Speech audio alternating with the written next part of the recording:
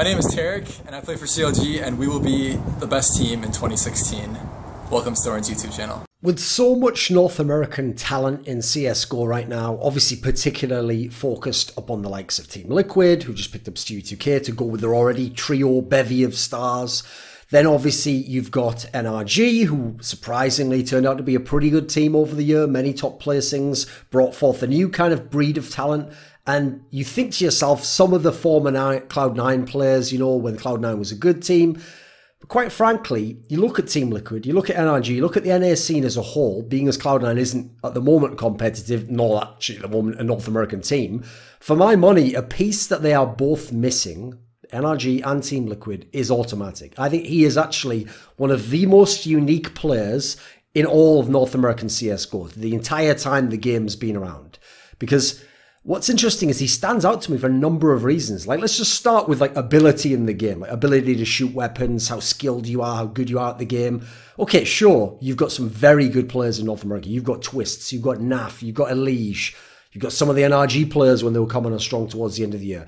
Okay, Twists, NAF, OllieJ, depending on what time period we're talking about. Some of them have been better than autimatic at different periods in their careers, had better peaks or better individual performances.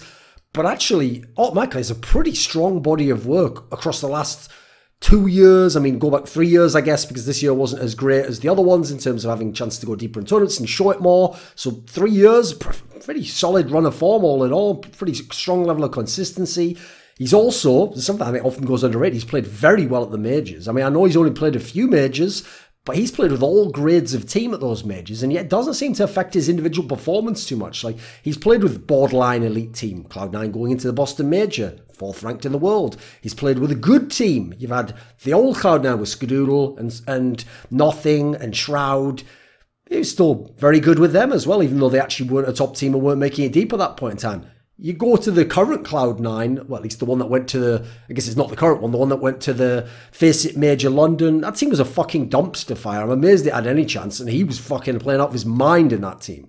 Part of the reason why he stands out to me in terms of ability here, like, yeah, you know what, he's got pretty good aim, he can use the weapons, he's a guy who actually, like, generally has a decently high skill level. I don't think he has, like, the highest skill level. It's pretty high skill level. It's more like a consistency style, like spray, etc. It's not like the craziest headshots of all time. But for me, it's the stability of the spritz, the stability of his style of play. It's the stability that comes seemingly from his mentality that bleeds into the performance. That's why the performance can be stable. That's why in so many playoff series, so many high pressure matches, and then even when you have a bad team, even when you have a confused roster like 2018, even when you have a team that's not even working, is using stand-ins, this guy's game, it can take a dip. It won't be as good as if the team was winning, and he might not be in ideal positions. He might be in lots of tough spots due to teammates fucking up their job or just playing badly, but he still gets his. He still does pretty well, genuinely. So let's start in terms of his style and his skill set with versatility, of course. Because if we want to talk about his playing style, this is already where he's a very unique player. Because consistency of performance, that makes you pretty unique generally in NA. I think only people like, I would say, OllieJ over his career has been able to match that. In the early days, maybe Hiko. You think more recently, like NAF for the first part of the year, and then Twists couldn't really maintain it. So, you know, there's not that many players have really maintained that aspect. But when it comes to playing style, this is where autimatic is absolutely unique for me, because so many North American players can either play the very scrimmy style with like aggressive pushes, basically like you're going high risk, seemingly high reward. Oftentimes it's high risk, medium reward if we're being real about how the game often works, unless you have great teamwork.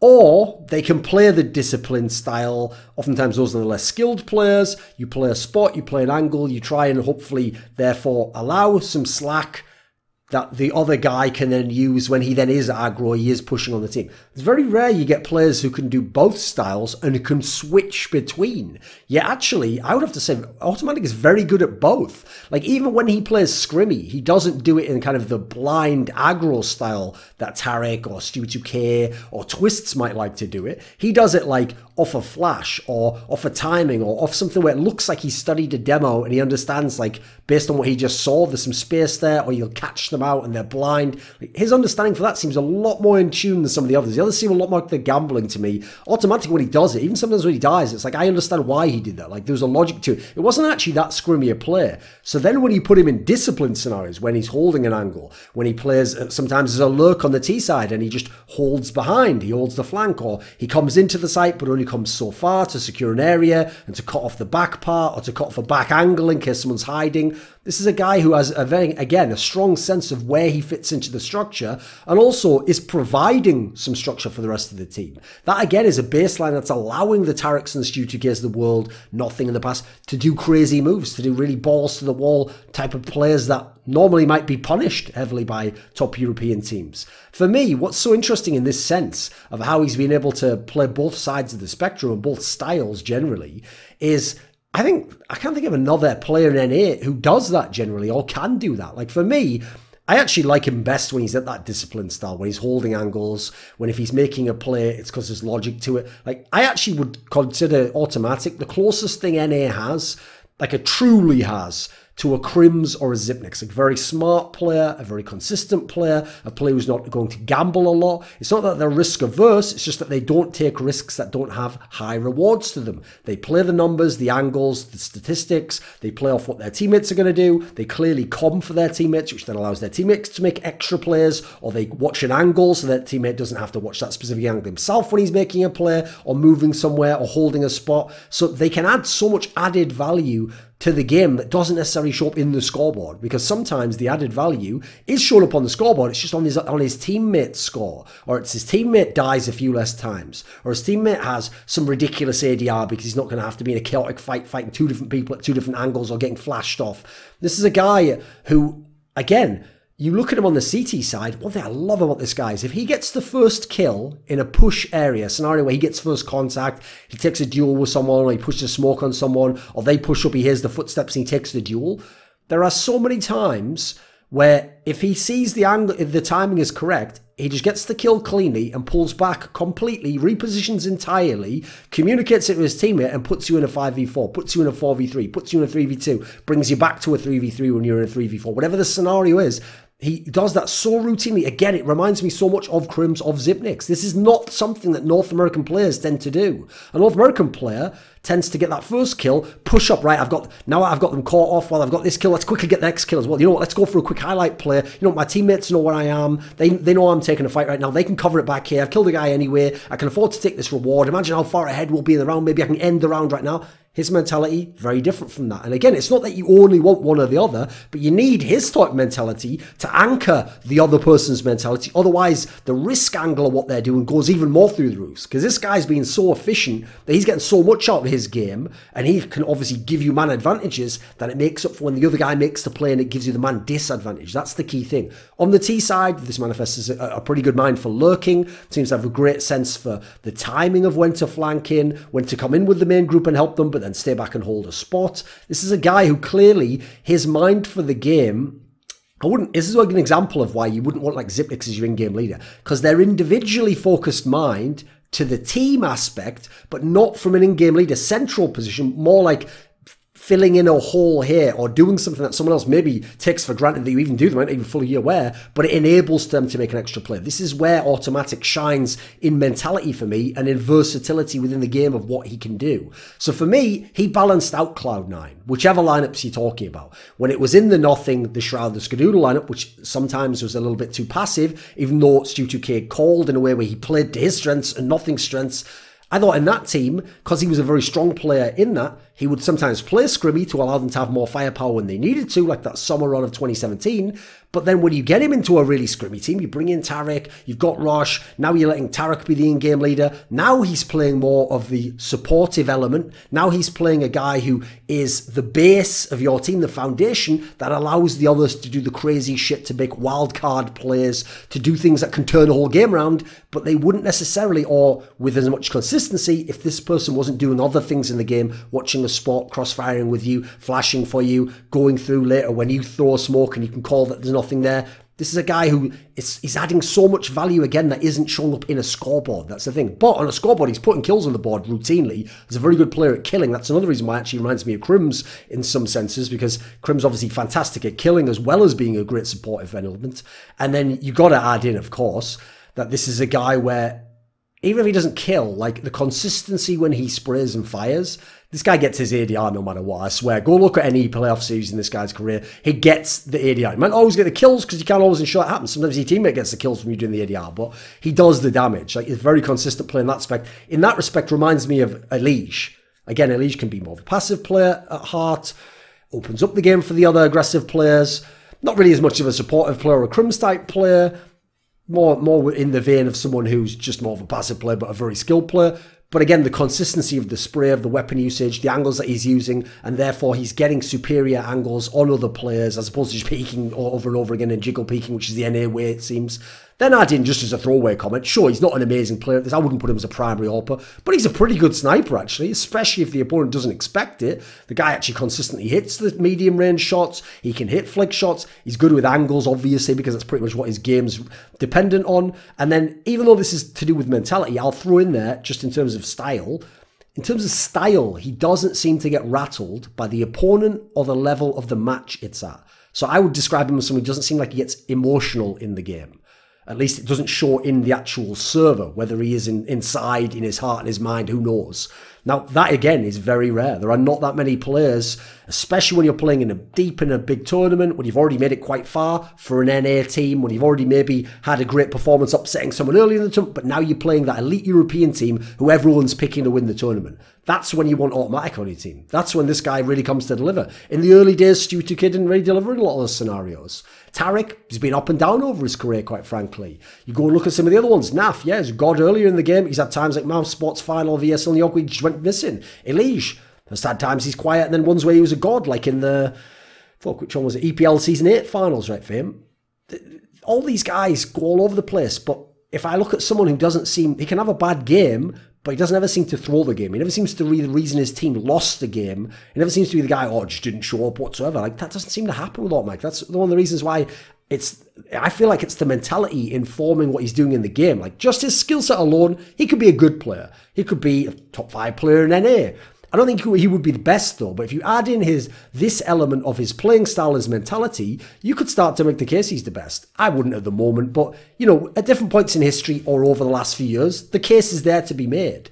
Now, one of the interesting things I thought about his mentality is, I mean, I said this in my interview with him, first things first, and this is very unique for people who are very skilled of the NA players, is he has an incredibly reasonable attitude. And I don't mean in that sense like, he's just not toxic, or he's a quiet guy, or he's a chilled guy, or he's still learning the game. You know, a lot of Team Liquid players and RG players fit the bill of this. It's more the Cloud9 players typically who are the cocky ones, the ones who are shouting a little bit more. But a great example for me was obviously, if we go back a couple of years, Cloud9's only big victory at that point in time when autimatic and Stewie were in the team was winning ESL Pro League Season 4, which famously they won in Brazil against that classic Luminosity lineup that had won 2 majors that year. And obviously it was on their home soil in Brazil, and it was in the final. And in fact, Cloud9 had even had an easier bracket than SK had. So everything looked set for SK to obviously be crowned kings in Brazil, win another tournament, which they hadn't won anything since the major, assert themselves as potentially the world #1 team again. And you know what? Cloud9 had already done enough making the final. Hey, props to you. Well done. Great performance. No, this guy went off though. And yet, despite the fact he went off, despite the fact his team won the tournament, and it was a scenario where no one expected his team to win. It was actually one of the great wins in NA history at that point in time. NA didn't have routinely top 2 or top 3 teams in the world who were making big international finals with consistency. You'd expect, right, that what he'd do is say, it was a great final. You know, SK really came with it. We came with it. Like, Cold Zero was doing great. I was playing great as well. Like, I won the final. Like, you know, GG's to them. Like, I hope we play them again. I hope we can play as well as that. No, I saw this guy do an interview in which he actually said, essentially, I think SK didn't play well in that final. Like, they didn't seem like the real SK, you know. I think it just worked out for us in that respect. Like, what an amazing... You'll never see this answer from a North American player. It's outrageous. Maybe you would now when people have a bit more media train. This is 2 years ago. Like, this wasn't something someone prompted him to say. Sure, it's in line with his personality, which doesn't seem that cocky, but it just showed a level of, like, maturity and crucially, reflection for the game. To understand that, yes, it was your best moment at that point in time. You played great, but you can still acknowledge that the opponent actually didn't seem like they had as great a game. Or when you'd watch their demos studying for them, they couldn't do some of those things, or it didn't work as effectively. And not just taking all the credit for yourself and being egotistical and arrogant. Say, right, let's keep it in line, right? Yeah, I won a big tournament. Yeah, it's a step up. We did better.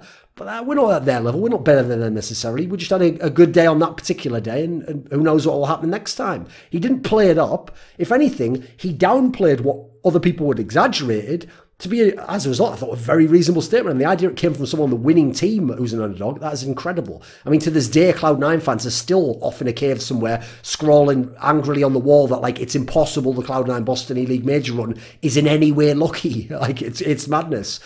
One of the things I find so interesting is, again, North American players typically aren't like this. A lot of them, especially the good ones, it's famous in North America. Their mentality is like, right, we've got to hype each other up. We've got to get really excited in the game. We've got to be shouting and screaming and getting excited because that's why people make players and that's how we're going to beat the Europeans. This guy comes in with the chill, with the cool. He's just there. He doesn't need you to talk him up in the game. He's going to do his thing in the game. You can go ahead and do it by all means.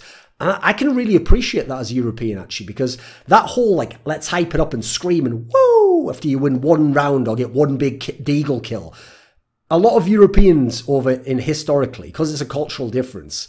I mean, admittedly, UK players like to do that, by the way. So Europe and even the UK was different in that sense. Europeans often, quite frankly, look down on that behaviour a lot, especially because, as I say, it's not like it's just when you win a big match. It's not like when you make like the best play ever. Americans would do it in a lot of scenarios, and they would do it so much that for Europeans, it was like, right, let them do that. And then what we'll do is when we win a round, we'll either do it to tilt them, so now we can use their weapon against them, or we just won't even give a fuck. We'll just be Terminators. We win the round. Yeah, whatever. That's what I do, bitch.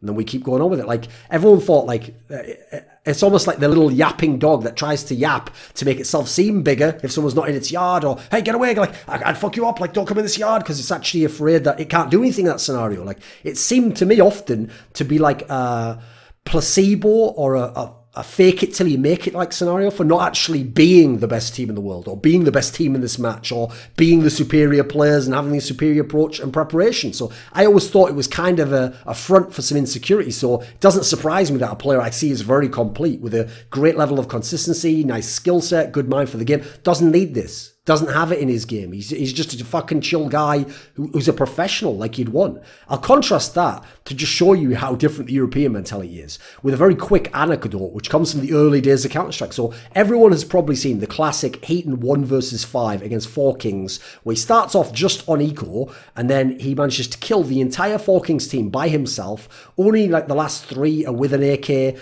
Other than that, it is literally one of the greatest rounds of all time. Even to this day, with all the CSGO and everything, it would still be up there. It still ranks it. That's that crazy. And at the time, bear in mind, it took place at the first big major of Counter-Strike. It was like mind-melting shit. And by the way, this team, it's not like this was like an easy game for them. This was a key round to ensure that they won this game. Well, after they won that round, Heaton stood up. The guy who just did the round, and he did like a yeah, yeah. And his teammate, Westerlund, a guy who I was working with, Snipe, legendary in-game leader, actually basically said to him, like, oh, sit down, like, don't do that. Because to him, he was worried that, like, oh, let's not, like, show off too much or show that it matters too much to us or get too hyped up. Like, let's keep it even keel. This isn't even the final yet. We're here to do business. Let's beat this. Now, listen. Yeah, there's a level to which I could totally understand Heaton or someone else saying, if it's like, get this dick out your ass, mate. I just did the best round of all time. But there's also something to that mentality. And so I appreciate this greatly in someone like autimatic, quite frankly. Again, this is an aspect in terms of personality that provides team balance. You know, you want some fiery guys. You want some guys that are going to go ham. They're going to make plays and they're going to bring that drive and that belief and the confidence, right? Yeah, we've got some of them. We've got Studio K. We've got Tarek. We've got some of them. But I've often said in a team like Team Liquid, this is the reason I actually liked the Stewie pick up the Team Liquid, even though I didn't like it in terms of the person he replaced, because I feel like they are unbalanced in terms of too many passive players, too many players who are too quiet. In the scrimmier Cloud9 teams, obviously autimatic was one of the players along with Skadoodle who brought some of that calm, who brought some of that stability, and the others could be the ones going off. I think, quite frankly, the interesting thing about autimatic to me is his mentality shows in the game and in how he's conducted his life and his career. This is a guy who seems to have a very good work ethic. It doesn't go, people don't brag about it a lot, people don't talk about it a lot, I've noticed, but first of all, look at his career. He had to grind his way up from a journeyman that nobody in the NA scene used to tell me to look out for. Even when I would say, hey, that guy in the game, they'd be like, he's just okay, he's alright, he just baits a bit, you know, he just hangs back. Says a lot, by the way, but where you don't have a lot of Crims type players or Zipnik Sacks players in NA, that they just thought this guy was a baiter. Obviously, people used to go fucking ham on Hiko, even his teammates sometimes. Oh, you're fucking baiting all the time. It's like, they don't understand the concept of defensive, disciplined, or controlled play at times. They think everything has to be like, well, if I was better than him than I am, I'd take the fight like a man and I'd go right in his face and I'd smash him in the headshot and I'd aggressively take his team. It's like, that's like there's a lot of like sort of machismo there that doesn't seem necessary for Counter-Strike, right? You can have some players who are just cool and they just dominate the game anyway. They don't need to have that type of game. But if it's your game, okay, but let's balance that out, right? So this is something where I remember someone saying that during the player break for 2017, so this is obviously the time when Cloud9 ended up making the roster moves. They just had a successful summer run, but they bombed the major. Then what they did was they made some roster moves. They brought in Rush, they brought in Tarek. This guy stayed fucking grinding during that player break. Like, I read somewhere that he had like 85 hours average per 2 weeks during that player break. When everyone else, like I can tell you, Nico and Seized and Rain and these sorts of people, they were all posting pictures of like their fucking toes getting tanned in like the Maldives drinking cocktails and stuff. They didn't have a computer with them. They weren't even dreaming about CS. They went until they get back, and then, you know, they might even use the first tournament as a warm up to play CS again. Like they aren't grinding away at that point in time. This is a guy who was doing that, who had that mentality to be able to do that, to aspire to achieve more, because he saw the top 4 finishes they'd had and thought, like, well, let's keep working on this. Let's keep improving it. And if I can improve my individual play, let's go ahead and do that. And then you look at what happened after that when they got in the new players. What do you know? Whole bunch of top 4s, whole bunch of pretty consistent performances generally, rarely lost to any team ranked below them in the rankings. Eventually, obviously, won a fucking major, and he was one of the best players in that. I know people will tell you Skadoodle was the MVP of that major. Nah, homie. The MVP of that major, if it's a Cloud9 player, was either Tarek, who played great in the final and throughout the whole tournament, or autimatic, who pretty much carried them to the final. Like, he made a lot of the key players on the way to the final, had some great playoff series, even played well in the final. He just wasn't the main guy who made all the big players. But then again, like I say, with his playing style, and you think about how scrimmy they played and what they benefited from in that final, it even makes sense he wasn't the guy entirely shining, but he probably got a lot of the kills that actually didn't seem like the ones that ended a round, but put you in position to win a round off the play that you make after that. Sometimes it's the guy who makes the play that gets you to the play or creates the space for the player, who doesn't get the credit, again, Zipnik, Crims, but is the guy who actually won you the round then, because there was no play without him.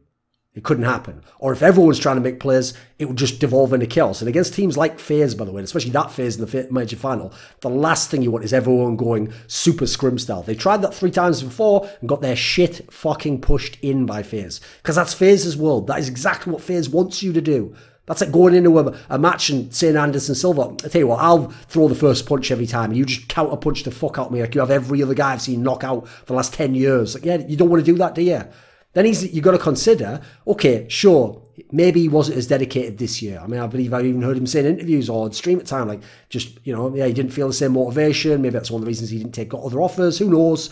But you know what? The team had gone to shit this year. And if he really wasn't as dedicated, well, he performed fucking remarkably in spite of his team going to shit and having all his terrible performances. He was still a shining sort of one little silver lining on that cloud full of fucking rain that doesn't look like it's going to stop anytime soon, right? If you've seen other NA pros, I'm talking about even top NA pros, when their teams are bad, when they don't even have good help, they don't have like a quality star with them as a team or a good in-game leader, they can get really bad. They can really seem to just borderline, I'll just say it, give up. Just go, right, fuck it. Until I get some better players, I'm blaming these guys. I'm not playing well, so who gives a fuck? And just lose motivation, lose in-game form, just wait until it's time to kick someone. Then they start working to get better. This guy seems to have kept his game in shape, even when the team's arguably had a write-off year. When if you're autimatic, you're going, hey, listen, I did all right, but, you know, this was a waste of my career for this year, right?